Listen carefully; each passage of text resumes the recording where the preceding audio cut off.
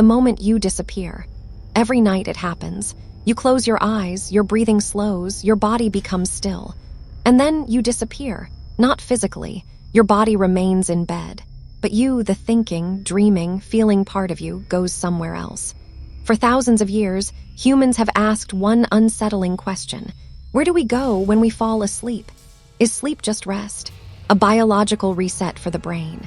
Or is it something stranger, something deeper, something we still don't understand? Because every night, you enter a world you cannot fully control.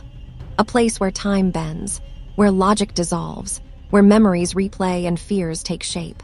And sometimes, a place that feels more real than waking life. Tonight, we explore the dark, unsettling mystery of sleep, dreams, consciousness, and the terrifying possibility that when you fall asleep, you don't stay here. The strangeness of falling asleep. Think about the exact moment you fall asleep. You never actually remember it.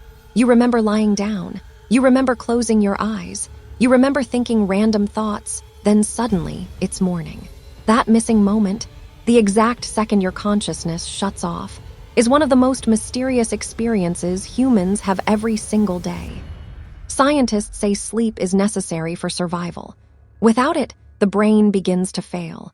Hallucinations appear. Reality breaks down. Eventually, the body shuts down completely. But sleep is not simply turning off. Brain scans show something unsettling. While your body rests, your mind becomes incredibly active. Sometimes even more active than when you're awake. Which raises a strange question. If sleep is rest, why does the mind travel so far? Why does it create entire worlds, conversations, places, and people, while your body lies completely still? And more importantly, where is that world coming from? The world of dreams. Dreams are not random. They feel random, chaotic, bizarre. But inside every dream is structure. You walk through places that don't exist, talk to people who aren't there, experience emotions that feel intensely real. Sometimes dreams feel more real than waking life. You can feel pain, love, fear, loss, and when you wake up, it vanishes instantly, almost like you visited somewhere and then were pulled back. Ancient civilizations believed dreams were not created by the mind. They believed dreams were journeys to other worlds, other dimensions, other realities. Some believed sleep allowed the soul to temporarily leave the body, to travel, to communicate, to see things hidden from waking life. And maybe they weren't entirely wrong, because modern science still cannot fully explain why dreams exist, or why they feel so real, or why, sometimes, people share the same dreams. Shared dreams and strange connections.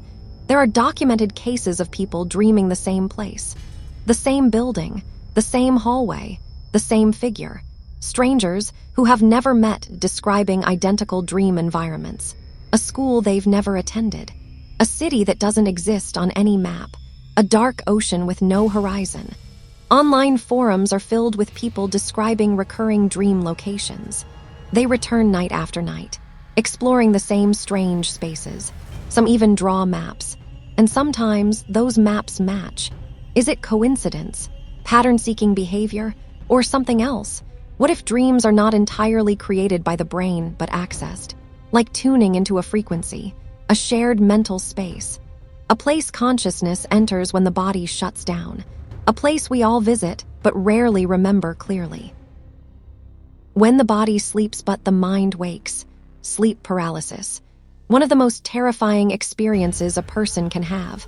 You wake up but you can't move. Your eyes open. Your room is visible. Everything looks normal. Except something feels wrong. A presence in the room, a weight on your chest, a figure standing in the corner. Watching. Millions of people report the same experience. Across cultures, across countries, across centuries, a dark figure, humanoid. Silent, sometimes it moves closer. Sometimes it just stands there observing. Science says it's a hallucination, a state where dreaming overlaps with waking. But here's what's unsettling.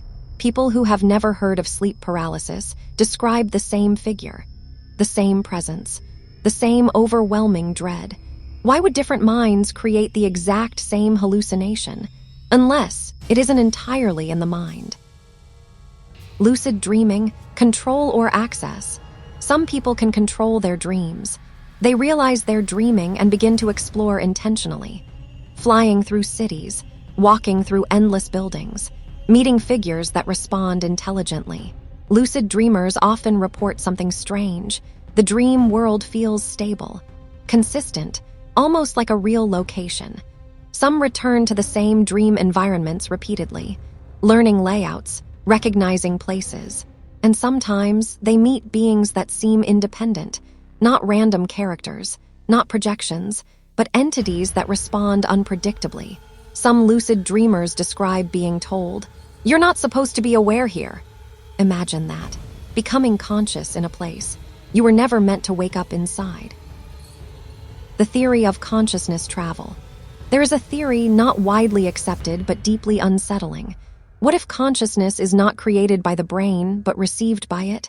Like a signal, a frequency, a broadcast. When you're awake, your mind is tuned to physical reality. But when you sleep, that signal changes. You disconnect from the physical world and connect somewhere else. A mental dimension, a collective unconscious, another layer of reality entirely. This would explain why dreams feel real, why they have environments, why they contain unfamiliar information, why they sometimes predict things, and why waking up feels like returning from somewhere, not just shutting off a movie, but leaving a place. Night terrors and the unknown. Children often experience night terrors. They wake screaming, pointing at corners, crying about figures in the room. When asked later, many remember nothing. But some do. They describe places, dark landscapes, being watched, being chased. And sometimes they insist those places are real. As people age, these memories fade. Dream recall weakens. Imagination becomes controlled. But occasionally, an adult wakes from a dream with a feeling they cannot explain. Not fear, not confusion, but the overwhelming sensation that they just came back from somewhere. People who never wake up the same. There are people who say sleep changed them, not just mood, not just memory, but something deeper. They went asleep normal and woke up feeling like someone else. Some report waking with new fears, new habits, new preferences they never had before. A man in Oregon claimed he woke one morning suddenly fluent in a language he'd never studied. A woman in Canada began drawing detailed places she insisted she had visited in dreams for years. Entire cities, buildings, symbols. Psychologists call it subconscious processing, hidden memories surfacing. But in some cases, there are no prior exposures, no triggers, no logical explanations, just one long night of sleep and a person who feels slightly unfamiliar to themselves. Almost like something shifted, like something followed them back, or replaced something that left.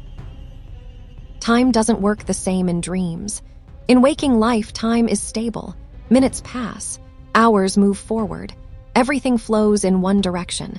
But in dreams, time collapses. You can live entire days in a dream that lasts 5 minutes, have long conversations, experience years passing, then wake up and only seconds have gone by. Some people report dreams that feel like lifetimes, growing older, living in different homes, knowing people deeply, then suddenly waking back in their own bed. Imagine living another life for what feels like years and then losing it instantly.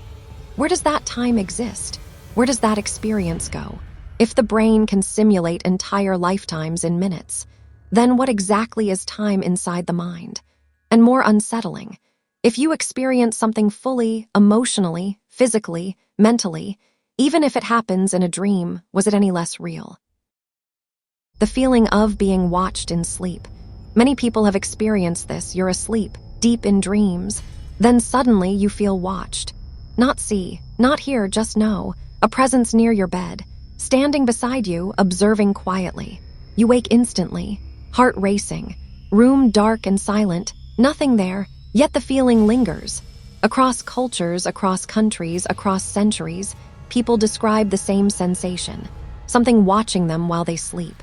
Ancient beliefs warned never to sleep facing mirrors, never sleep near open doors, never sleep in complete darkness, because sleep was seen as vulnerability, a moment when the soul wandered and the body was left unguarded. Science says it's instinct, anxiety, a half-dream state, but the consistency of the experience is unsettling. Why do so many people feel watched at the exact moment they are most defenseless? And why does that feeling sometimes follow them, even after they wake? Where you go tonight? Tonight, you will fall asleep, just like always. You'll lie down, close your eyes, drift slowly into darkness. And then you'll go somewhere, maybe nowhere, maybe just into dreams created by your mind. Or maybe into a place your mind was never meant to remember. So when you wake up tomorrow, ask yourself one quiet question. Did you simply rest? Or did you travel somewhere you weren't supposed to be?